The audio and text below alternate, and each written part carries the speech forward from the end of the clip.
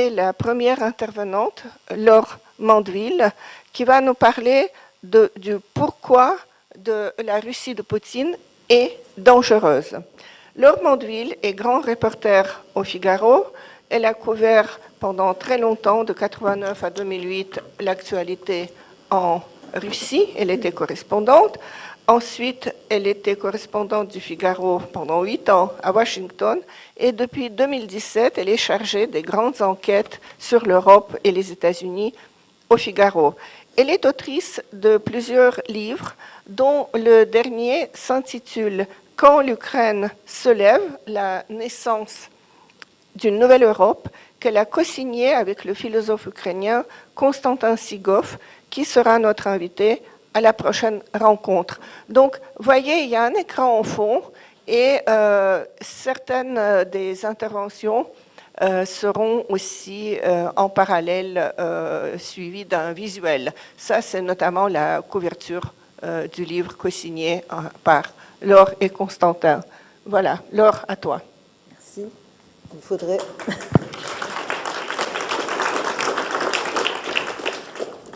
un micro. Non? Il est là, il ne touche rien. Ah, je touche rien, d'accord. Ah, bah, c'est formidable. Bon, mais d'abord, je voulais remercier Ariane Mnouchkine et Galia Kerman pour m'avoir invité à participer à cette initiative qui me paraît extrêmement importante et qui vise à maintenir la cause de l'Ukraine, une cause vitale, en fait, comme vous l'avez dit, Ariane Mnouchkine, pour l'avenir de l'Europe sur nos écrans radars et dans nos préoccupations immédiates et de long terme.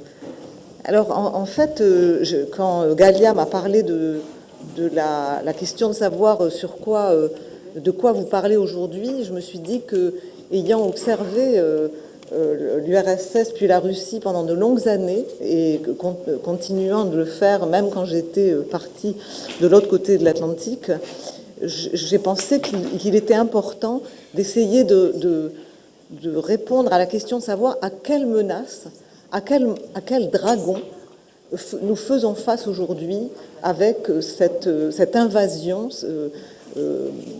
terrible de l'Ukraine par la Russie de Vladimir Poutine. Et c'est vrai que quels sont les ressorts, au fond, de cet acteur, de cet animal politique qui a ressurgi des décombres de l'URSS. C'est vrai qu'en 1991, une période que j'ai couverte comme jeune journaliste avec beaucoup de passion et je dirais même une forme d'euphorie comme beaucoup de mes confrères, nous avons cru que le monstre du totalitarisme soviétique était à terre. Et c'est vrai qu'il y avait une sorte de vertige dans ce moment. Le mur de Berlin était tombé, les peuples s'étaient levés, l'Europe centrale se métamorphosait à toute vitesse, les républiques ex-soviétiques s'en étaient allées vers leur destin, les Baltes et l'Ukraine, notamment, près de nous, avaient pris le large, et Yeltsin avait soutenu les indépendances des différentes républiques qui avaient quitté le giron russe, et la Russie semblait prendre un chemin similaire à celui de l'Europe centrale et orientale. Et c'est vrai qu'à ce moment-là, un grand dissident russe, qui s'appelait Vladimir Boukhovski, s'est précipité en Russie pour essayer de convaincre Boris Yeltsin, qui émergeait comme la figure majeure de cette période d'effondrement de l'URSS, mais aussi d'espoir de reconstruction d'un nouvel État, d'une nouvelle Russie. Et Boukhovski a dit « il faut faire le procès du communisme, c'est absolument indispensable. Si nous ne faisons pas ce procès, le passé nous reviendra dans la figure et nous aurons un énorme problème. » Ce qui s'est passé, c'est que ce procès n'a pas eu lieu, que extrêmement rapidement, les forces de l'ancien système, de cette espèce de national-bolchevisme qui avait semblé mort en 1991, a ressurgi des ruines fumantes du communisme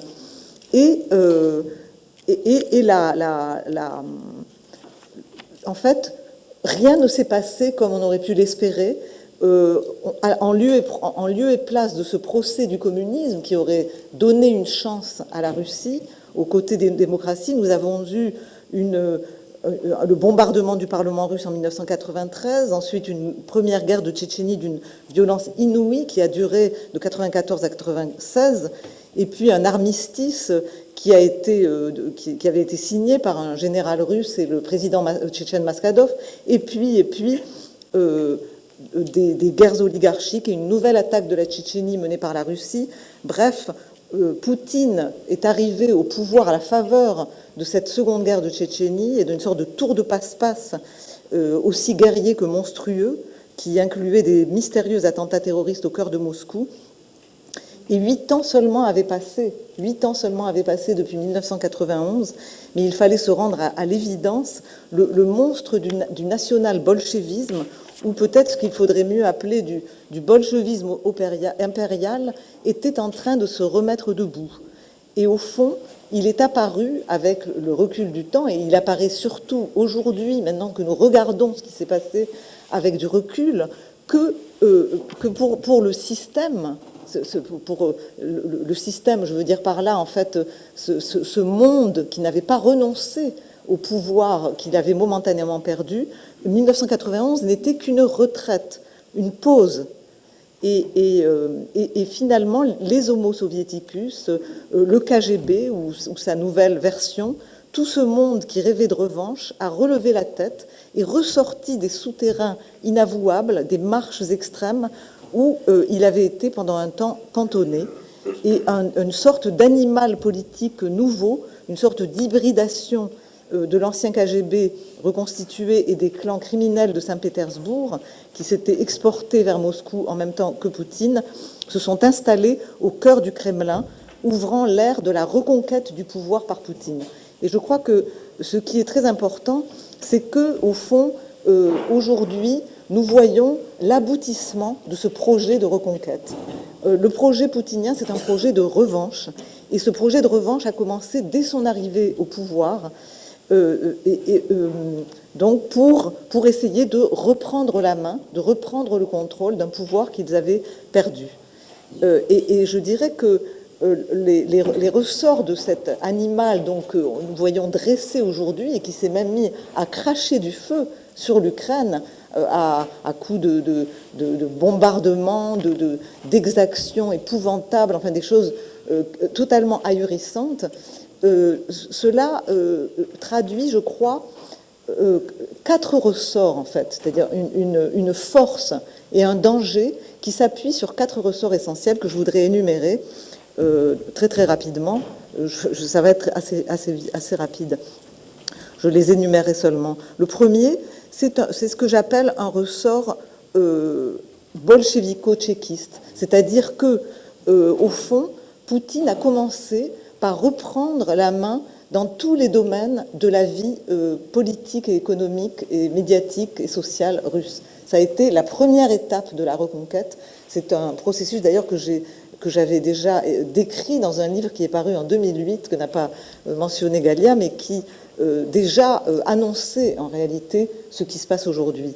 Et donc il y a eu cette première reconquête qui s'est faite sur le sol russe, qui a été une reconquête, je dirais, de tous les pouvoirs et contre-pouvoirs, une sorte d'absorption. On peut dire que ce monstre qui se remettait debout s'est mis à manger et à absorber la Douma, les oligarques, les pouvoirs économiques, les médias, les télévisions, etc. Et finalement, ce que me disent certains de mes amis russes avec lesquels j'entretiens une conversation depuis des années sur ce qui se passe, ils disent « Laure, nous sommes dans le ventre du monstre. Nous sommes dans le ventre du monstre et nous n'arrivons pas à en sortir. » Et ce qui est intéressant, c'est que là, en 2011-2012, il y a eu une tentative de sortir du monstre. Il y a eu, je dirais, l'équivalent de ce qu'a été la révolution orange ukrainienne, puis la révolution du Maïdan, avec ces grandes manifestations qui ont réuni quand même près de 100 000 personnes dans les rues, au moins dans les rues de Moscou. Tout cela a évidemment été perçu par ce pouvoir qui peu à peu gagnait comme quelque chose d'absolument terrifiant. Et à ce moment-là, le pouvoir russe a porté la guerre vers l'extérieur pour garder le pouvoir. Au fond, on a créé un ennemi extérieur pour contrôler la société à l'intérieur. Et je crois et aujourd'hui, ce qui se passe à l'extérieur, donc justifie la répression intérieure, et la répression intérieure permet de continuer la guerre. Donc il y a un lien consubstantiel aujourd'hui entre les deux choses. Finalement, Poutine se bat à la fois contre son propre peuple et contre un ennemi qui est maintenant tout à fait clairement identifié, qui est évidemment l'Ukraine, mais l'Ukraine comme ce rempart qui veut participer au monde occidental, et derrière, il y a vraiment un ennemi désigné aujourd'hui par tous les idéologues, les politiques russes, les députés à la Douma, et j'en passe, qui parlent tous donc de leur ennemi, qui est l'Occident, avec lequel ils estiment être en guerre, et contre lequel ils n'excluent pas d'entrer à un moment en conflit direct. Et donc ça, c'est pour moi le premier ressort. Et le deuxième ressort, c'est le ressort impérial, le ressort justement qui est lié à cette continuation de la guerre intérieure, mais qui est présent aussi en lui-même dans la démarche poutinienne, puisqu'il faut se venger, puisqu'il s'agit d'un projet de revanche, de l'empire perdu. Et au fond, Poutine veut rejouer ce qu'il s'est passé en 1991. Il n'a pas accepté ce qu'il s'était passé en 1991 et il veut refaire, vous savez, comme dans le film où on rejoue la même journée, il veut rejouer cette journée qui a vu la fin de l'URSS, ou ces journées, pour changer les choses, parce qu'il n'a pas accepté, et au fond, il veut rejouer 1991 mais tout en prétendant être en 1945, avec une inversion absolument totale de la vérité sur ce qui se passe, puisque aujourd'hui, il est évidemment clair que l'agresseur est la Russie poutinienne, et qu'elle est face à que c'est la Russie qui se comporte comme une sorte de pouvoir fasciste, qui, avec aussi bien dans l'action que même dans la rhétorique, quelque chose où perce une pulsion presque génocidaire, en tout cas de volonté d'éradication de la nation ukrainienne, qui est extrêmement claire, mais qui évidemment renvoie non seulement au national-bolchevisme et à l'Empire soviétique, mais bien avant à cette tradition impériale russe qui est très ancienne et qu'on a vu à l'œuvre. Je relisais récemment des ouvrages du 19e siècle. C'est absolument fascinant de voir, par exemple, la manière dont la Russie a traité la Finlande quand elle était dans l'Empire russe, en essayant après avoir dit qu'il laisserait vivre la culture finlandaise, véritablement tenter de la faire disparaître, de faire disparaître la langue, etc., etc. Donc il y a là aussi une histoire extrêmement lourde et extrêmement chargée qui se superpose dans ce ressort néo-impérial que je vois véritablement dans ce danger qui a surgi. Et il y a deux autres ressorts dont je voulais parler brièvement. Le troisième, pour moi, c'est le ressort autocratique. Je crois qu'en fait, on ne peut pas comprendre ce qui se passe aujourd'hui en Russie si on ne comprend pas qu'on est face à une autocratie, mais alors, je dirais, paroxystique. C'est-à-dire qu'il y a eu des périodes pendant la période soviétique, et même peut-être sous les tsars, où le tsar n'avait pas la même, il n'y avait pas le même degré de concentration du pouvoir. Et aujourd'hui, les pouvoirs sont aujourd'hui totalement concentrés entre les mains de l'autocrate Poutine, et donc nous vivons le règne d'un dictateur dont se manifestent, je dirais, les fantaisies et les fantasmes. Et c'est quelque chose qui est aussi une constante de l'histoire russe, puisque dans l'histoire russe, vous avez beaucoup de penseurs très connus, comme par exemple le grand penseur Tchadaïev, qui avait noté que le plus grand danger qui pesait sur la Russie, c'était le pouvoir de l'autocratie, parce que l'autocratie vit dans un rêve, vit dans ses propres fantasmes, et du coup entraîne en fait tout son peuple, dont elle est en partie coupée, dans des aventures qui perpétuent en fait l'ornière dans laquelle se trouve la Russie. Et c'est vrai que c'est fascinant de voir à quel point toutes ces ornières, tous ces ressorts impériaux, autocratiques, nationaux bolcheviques se répètent. Et le dernier ressort, c'est évidemment le ressort anti-occidental dans la menace, en fait, à laquelle nous faisons face. Nous sommes face à un pouvoir qui ne fait aucune ambiguïté, je l'ai déjà dit, dans ses intentions de combattre l'Occident. Et ce qui est tout à fait frappant, c'est que Vladimir Poutine, qui est pourtant se vante d'être une sorte de successeur de Pierre le Grand, a, comme l'a dit très bien le prix Nobel de la paix russe Dimitri Muratov, non pas perpétué l'ouverture d'une fenêtre sur l'Europe, mais fermé la fenêtre sur l'Europe et mis des barreaux, comme il l'a dit, sur la lucarne. Puisque aujourd'hui, ce pouvoir veut absolument couper avec l'Europe.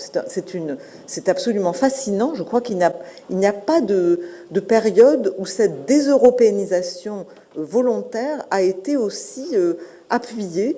Et aujourd'hui, on voit Vladimir Poutine et les idéologues, des gens comme Karaganov, qui sont extrêmement proches du pouvoir, écrire des papiers dans lesquels ils disent « il faut couper avec l'Europe toutes nos racines, il faut extirper la culture européenne de la civilisation russe, il faut déplacer notre capitale de la Russie européenne vers la Sibérie, nous tourner vers l'Asie, etc., etc. » Donc c'est très grave, parce qu'au fond, la Russie, si son pouvoir a été toujours un pouvoir, je dirais, gengis-khanien, en fait, mongolo-bolchevique, je dirais, la culture, elle, était européenne. Et donc, en se coupant de la culture européenne, que va-t-il rester de la Russie? C'est évidemment une très grande question. Pour terminer, je dirais que si Poutine a lancé cette guerre, c'est qu'il a jaugé que l'Occident était d'une très grande faiblesse. Poutine ne se serait jamais lancé dans une aventure pareille s'il n'avait pas été absolument persuadé de cela. Et je crois que la caractéristique de ce qui se passe aujourd'hui, c'est qu'il reste persuadé qu'il va gagner cette bataille. Il reste persuadé, pourquoi? Parce qu'il pense que l'Ukraine, malgré son courage qui a beaucoup surpris la Russie, qu'il a totalement sous-estimé ce pays, pense malgré tout que ce qui fera la différence, c'est l'Occident, et que l'Occident va se lasser, que l'Occident va s'affaiblir, qu'il n'y aura pas le réarmement dont a besoin absolument l'Ukraine pour survivre. Et donc ça, c'est un élément qu'il faut comprendre, que Poutine est engagé dans une guerre longue, une guerre hybride, qu'il utilisera tous les moyens à sa disposition pour le faire. Il ne lâchera pas, il n'y aura pas de compromis possible. Si un compromis, ce n'est pas, quand on lit Poutine, quand on lit les gens qu'ils soutiennent, on voit qu'ils sont partis dans une sorte de psychose, je dirais, aiguë, extrêmement dangereuse, qu'il y a quelque chose de maladif, en fait, dans cette fuite en avant, dont le seul garde-fou, c'est nous.